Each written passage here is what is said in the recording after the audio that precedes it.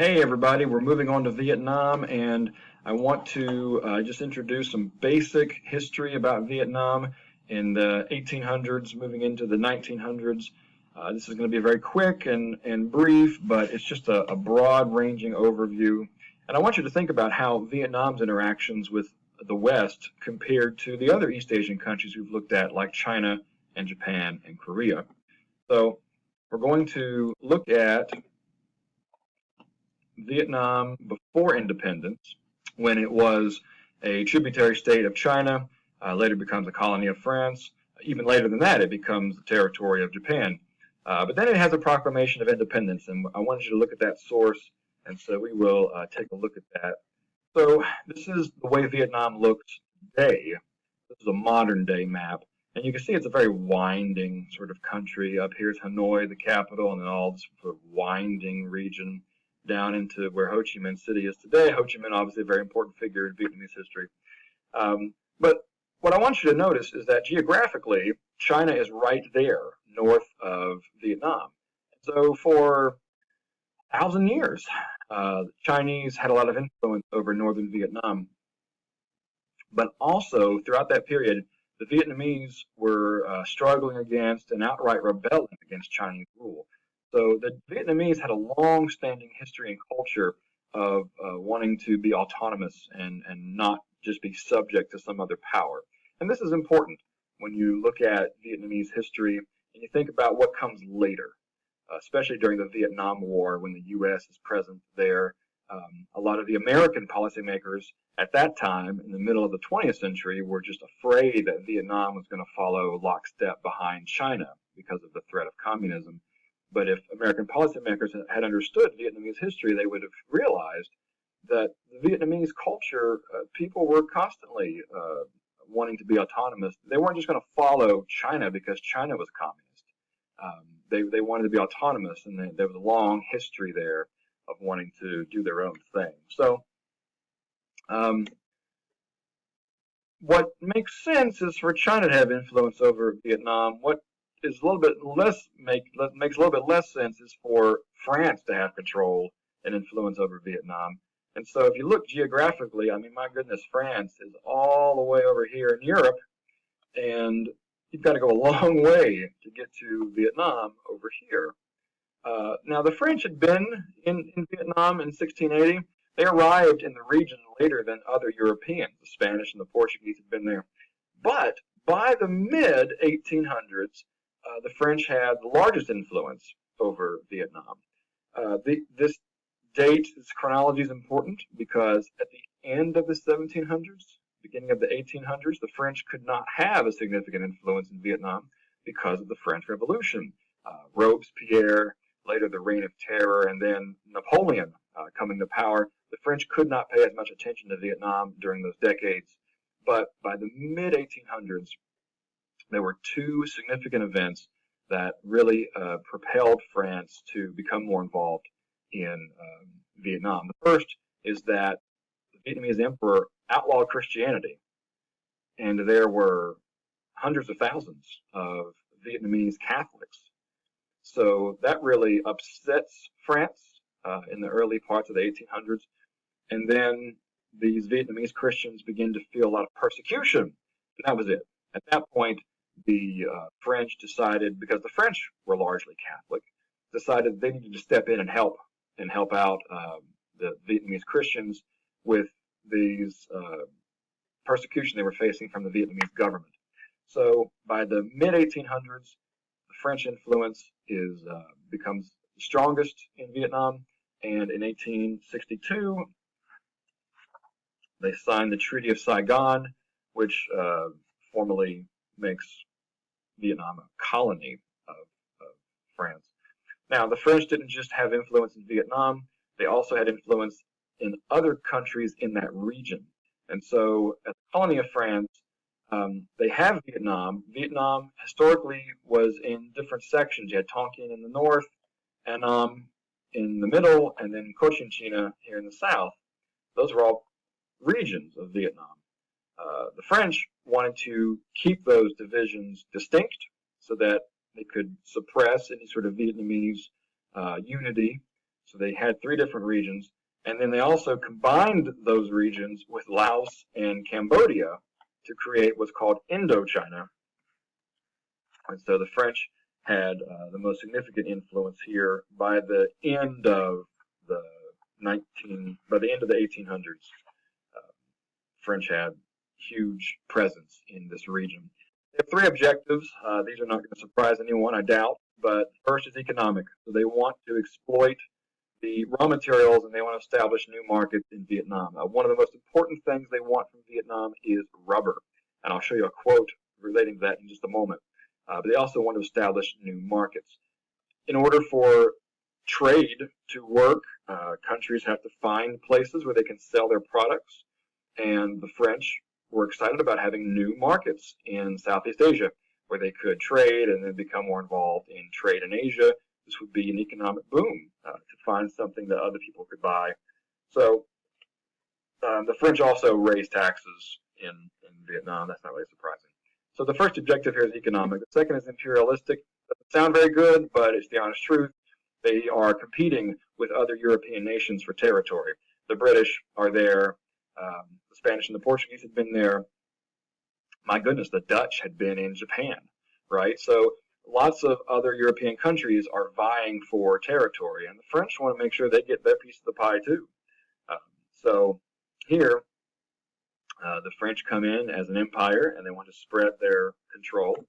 There's also a moralistic explanation here, objective, and they want to spread so-called civilization and modernity to what they believe are primitive people.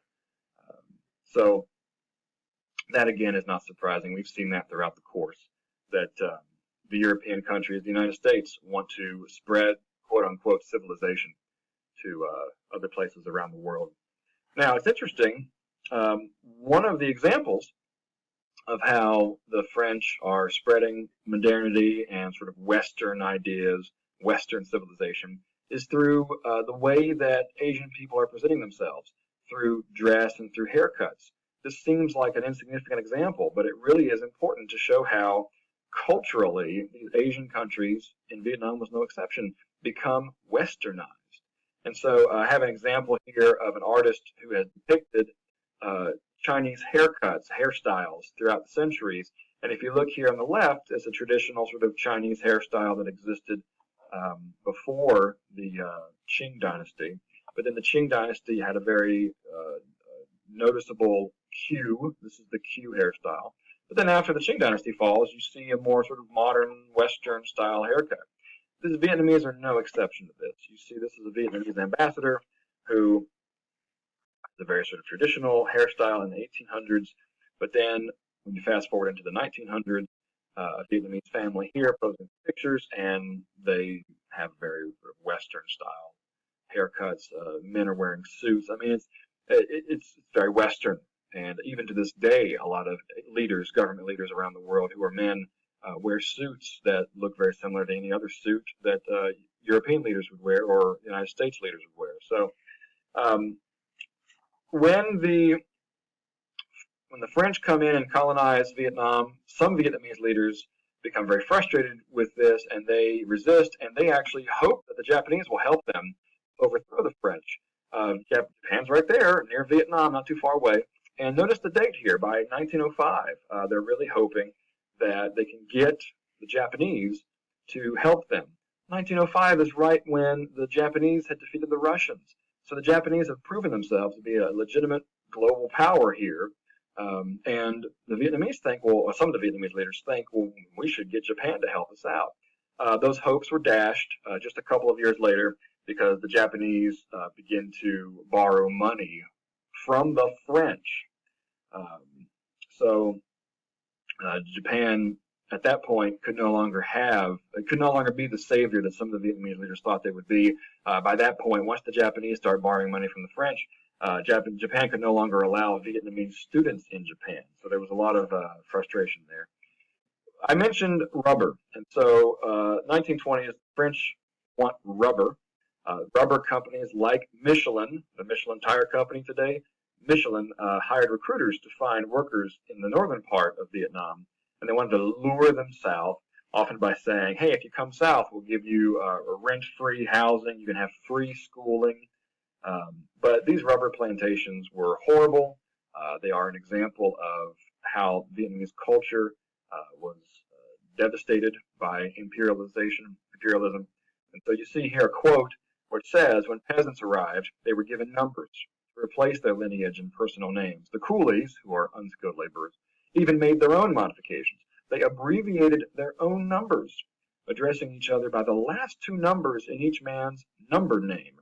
Children sometimes knew their parents only as numbers and were not clearly acquainted with their lineage names. But as devastating as this was in Vietnam, someone is going to rise to try to stop all of this, and that would be Ho Chi Minh. So Ho Chi Minh's an interesting figure because he didn't spend a lot of time in Vietnam. Actually, he left Vietnam in 1911 to travel to the U.S. and France. He did want to meet with Woodrow Wilson at the Paris Peace Conference. Woodrow Wilson would not meet with him. Woodrow Wilson talked about self-determination, and he talked about spreading democracy and making the world safe for democracy, but he doesn't really understand what Vietnamese want and what Ho Chi Minh wants. He never meets with Ho Chi Minh. Ho Chi Minh feels very annoyed by this, feels betrayed by these Western principles of nationalism and self-determination. And so it's not a surprise that by 1923, he goes to Moscow, he goes to Russia, he wants to study communism. And that is in large part because he felt spurned by the West and by nationalism. So he's going to turn to communism as the alternative. And here in 1930, he establishes the Indochina Communist Party. I list a bunch of the objectives that they had as a group. You can read all of those if you want. Obviously, they want to overthrow French imperialism. They want to bring democratic freedoms to the masses. They want to educate everybody. And they want to have equality between men and women. So those are some of their objectives. The French controlled Vietnam, but when World War II started, the Germans here in the middle of Europe defeated France. By 1940, the Germans have spread their influence in France. And when that happened, Germans then signed a tripartite pact with Germany, Italy, and Japan by near the end of the year. When that happened, France lost control of Vietnam and Japan gained control of Vietnam. And once that happened, a lot of Vietnamese people greatly preferred having the French in control than the Japanese. They really did not like that. Lo and behold, Ho Chi Minh again, starting to form that beard that we recognize him for. Ho Chi Minh forms the League for the Independence of Vietnam, which is also known as the Viet Minh. And this is in 1941. And then we start to see the proclamation of independence, very similar to Declaration of Independence that you'd see in the United States or France. So as you read that, think about what circumstances led Ho Chi Minh to declare independence and how influential are nationalist or communist ideas in this document as you go through it and think about that. So that's all I've got, ladies and gentlemen. Just keep reading more sources. Make sure you're taking the quizzes in the textbook. And I will see you all next time, okay?